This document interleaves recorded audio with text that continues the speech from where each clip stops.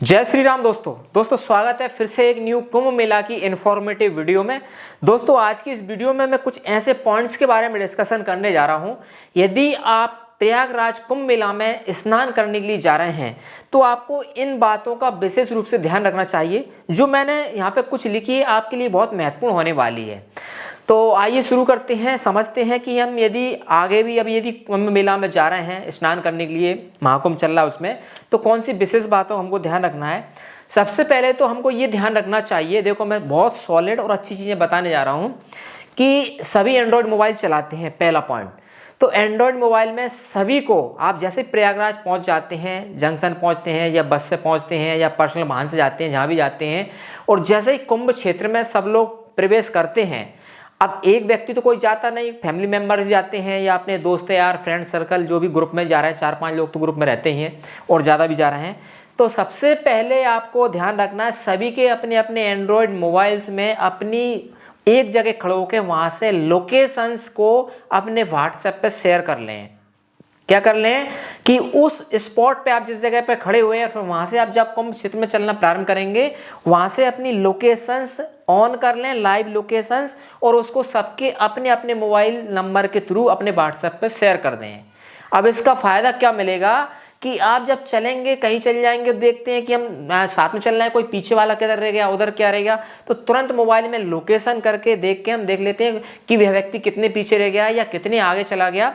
तो यहाँ से एक हमारी सेफ्टी हो जाती है, और जो मन में घबराहट रहती कोई खो ना जाए, तो उससे हमको एक परेशानी नहीं है और हम खोने से बच जाएंगे, और हमको पास में हम ट्रेस भी करते रहेंगे कौन कितने आसपास चल रहा है। पहला पॉइंट, ठीक है।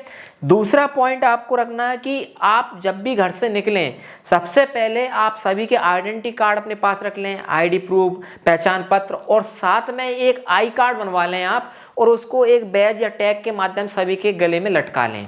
जैसे कैसे उसमें क्या रखना है कि टैग में डिटेल में जैसे आप किस जगह से जा रहे हैं, एड्रेस पूरा, मोबाइल नंबर आपका, अपने घर परिवार का या जो साथ में जा रहे हैं उन सभी के नंबर नीचे लिख लें, और लिख के सभी का सेम मोबाइल नंबर, जैसे 10 लोग हैं 10 ही के नंबर, सबके में 10 नंबर होना चाहिए। और इसके बाद एड्रेस रहेगा, अपना फोटो ऐसे करके एक प्रिंट करवा के एक टैग बना लें, 10 लोग हैं 10 ही। और जैसे ही वहाँ पहुँचे प्रयागराज में कुंभ क्षेत्र में प्रवेश करें तो वो सारे टैग एक एक पहन लें। तो उससे क्या रहेगा कि इन केस हम खो भी जाते हैं या इधर उधर हो जाते हैं, तो और जब क्या होता है जब खो जाते हैं तो फिर जो कुछ लोग की बुद्धि काम करना बंद कर देती है, माइंड विचलित हो जाता है, तो बोल नहीं पाते कहाँ से आए, क्या नंबर है क्या नहीं।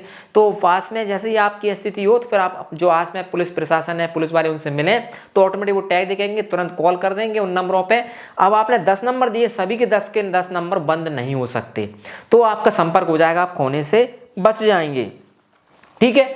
अब यदि मान लीजिए खो जाए गलती से, भगवान ना करे कोई खो, यदि खो जाए तो आपको घबराना नहीं, पहली बात धैर्य रखना है। धैर्य रखेंगे आप, फिर पुलिस वालों से संपर्क करेंगे, जो खो गए हैं वो भी और जिनको आप ढूंढ रहे हैं वो भी पुलिस वाले संपर्क करें, और संपर्क करके आप जो पास में खोया पाया केंद्र वहां पे जाएं, वहां से अनाउंसमेंट कराएं, जो खो गए वो भी और जो नहीं खोए वो भी अनाउंसमेंट कराएं, और वहीं पे बने रहें आप। पहले ही अब एक और इसमें मैं जोड़ना चाहूंगा कि जैसे आप प्रवेश करते हैं तो एक कोई सा भी एक मार्ग ढूंढ लें, एक निश्चित प्लेस स्थान कर लें कि यदि हम खो जाते हैं, बिछड़ जाते हैं, तो आपको वहां पे जाकर खड़े होना है।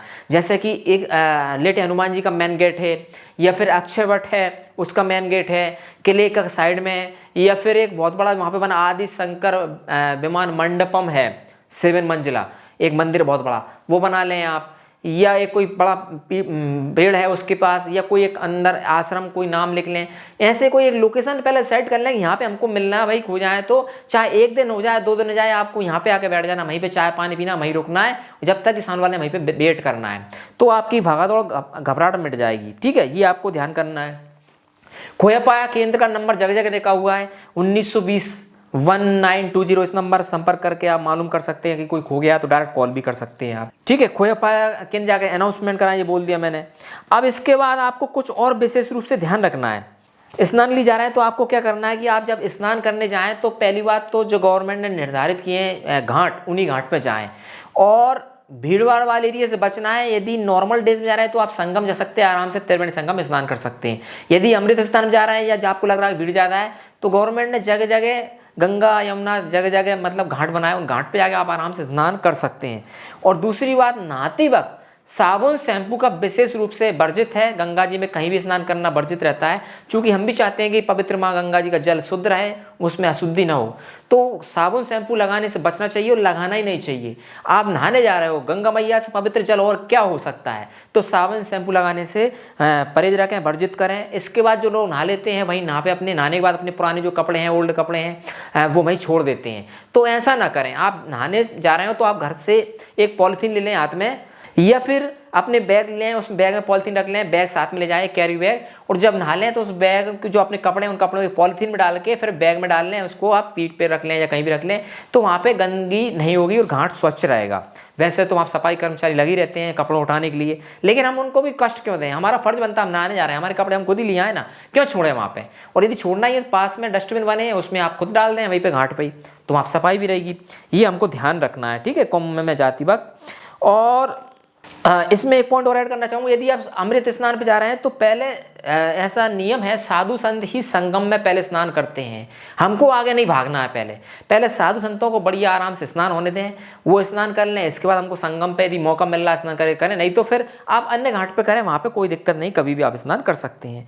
दूसरी बात, आप जा रहे हैं, तैयारी कर रहे हैं, तो जाने से पहले अपने साथ में कुछ जरूरी आवश्यक सामग्री भी लेके जाएं, खाने पीने के नमकीन, बिस्कुट, कुछ भी, या 1-2 टाइम का भोजन भी आप साथ में रख सकते हैं, कुछ पानी बोतल रख सकते हैं, ताकि आप वहाँ पहुँचेंगे तो उस पानी, घर का पानी, शुद्ध भोजन, शुद्ध नमकीन, बिस्कुट जो भी ले जा रहे हैं आप वो खा सकते हैं, तो वहाँ से आपका टाइम निकल जाएगा। और साथ में कुछ जरूरी आवश्यक जो रहती है फर्स्ट एड की टैबलेट्स रहती हैं वो ले जाएं, जैसे हाथ पर दर्द हो तो, सर दर्द हो तो, थोड़ा हल्का फीवर आ जाए तो उसके लिए जो जनरल मेडिसिन रहती हैं, टैबलेट रहती है, वो भी ले जाएं, और आपको उससे काफ़ी ज़्यादा हेल्प मिलती है जब हम यात्रा करते हैं इन चीज़ों को साथ में ले जाने से। तो ये आपको विशेष रखना है ध्यान। अब इसके बाद बता दूँ, आप नॉर्मल डेज में जा रहे हैं स्नान करने, तो स्नान करने के बाद आपको वहाँ पे यमुना घाट पे किले के पास में अक्षय वट है, उसके दर्शन आपको करना चाहिए। बड़े हनुमान जी, लेटे हनुमान जी हैं, उनके दर्शन का मौका मिलता है, यदि भीड़ नहीं है तो वहाँ उनको दर्शन करना चाहिए। इसके बाद वेणी माधव मंदिर है, वहाँ पे भी जाकर आप स्नान कर सकते हैं। श्री मनकामेश्वर मंदिर है, जो स्वयं भगवान श्री राम जी ने वहाँ पे शिवलिंग की स्थापना की थी माँ सीता जी के कहने पर, तो उस मंदिर में जाके आप स्नान कर सकते हैं। इसके बाद उधर ही आप नाववास की मंदिर जाते हैं 10 अश्वमेध घाट तरफ, उधर ही आलोपी माता मंदिर पड़ता है, उसके भी आप दर्शन कर सकते हैं, जो कि 51 शक्तिपीठ हैं उनमें से आते हैं। वैसे बता दें, प्रयागराज में 3 शक्तिपीठ हैं, वहाँ पे आलोपी देवी और कल्याणी देवी और एक और है ललिता देवी, 3 शक्तिपीठ से मौका मिलता है दर्शन निश्चित करें। पौराणिक और ऐतिहासिक मंदिर हैं। तो ये कुछ विशेष बातें हैं, ये पूरी प्लानिंग के द्वारा, पूरी व्यवस्थाओं के द्वारा इन पॉइंट्स पर विशेष रूप से ध्यान देती हूँ। हम यात्रा करेंगे तो कोई किसी प्रकार कभी भी कोई दिक्कत नहीं आती है। दिक्कत आती है हम इन बातों में किसी का भी ध्यान नहीं रखते हैं, जाके चले जाते हैं कई सारे लोग और फिर ध्यान नहीं देते। देखो कुंभ है, उसमें करोड़ श्रद्धालु डुबकी लगाने आते हैं गंगा मैया में, तो सभी को ध्यान रखना है और प्रयास यही रहे कि भीड़ भाड़ वाले एरिया में जाने से बचें और आराम से आप अन्य घाट पे स्नान करके नॉर्मल डेज में घर पे आ जाएं। तो आई होप मैंने कुछ डिस्कशन किया इस वीडियोस में इन पॉइंट्स के बारे में, इसमें से एक भी पॉइंट से आपकी हेल्प होती है तो मैं अपने आप के लिए बहुत ही वो समझूंगा कि भाई मैंने आपकी हेल्प की। और यह बताई गई जानकारी आपको अच्छी लगे तो वीडियो को लाइक करें, मेरे साथ शेयर करें। इस चैनल पर आगे भी मैं धार्मिक इन्फॉर्मेटिव वीडियोस पब्लिश करता रहूँगा। आप चाहते हैं उनके भी नोटिफिकेशन आपको मिलते रहें तो सब्सक्राइब कर लें हमारे इस धर्म महालोक यूट्यूब चैनल को। मिलेंगे अगली एक और अन्य इन्फॉर्मेटिव एक और अन्य वीडियो के साथ, तब तक के लिए जय सिया राम, हर गगे जय भोलेनाथ, जय सिया राम।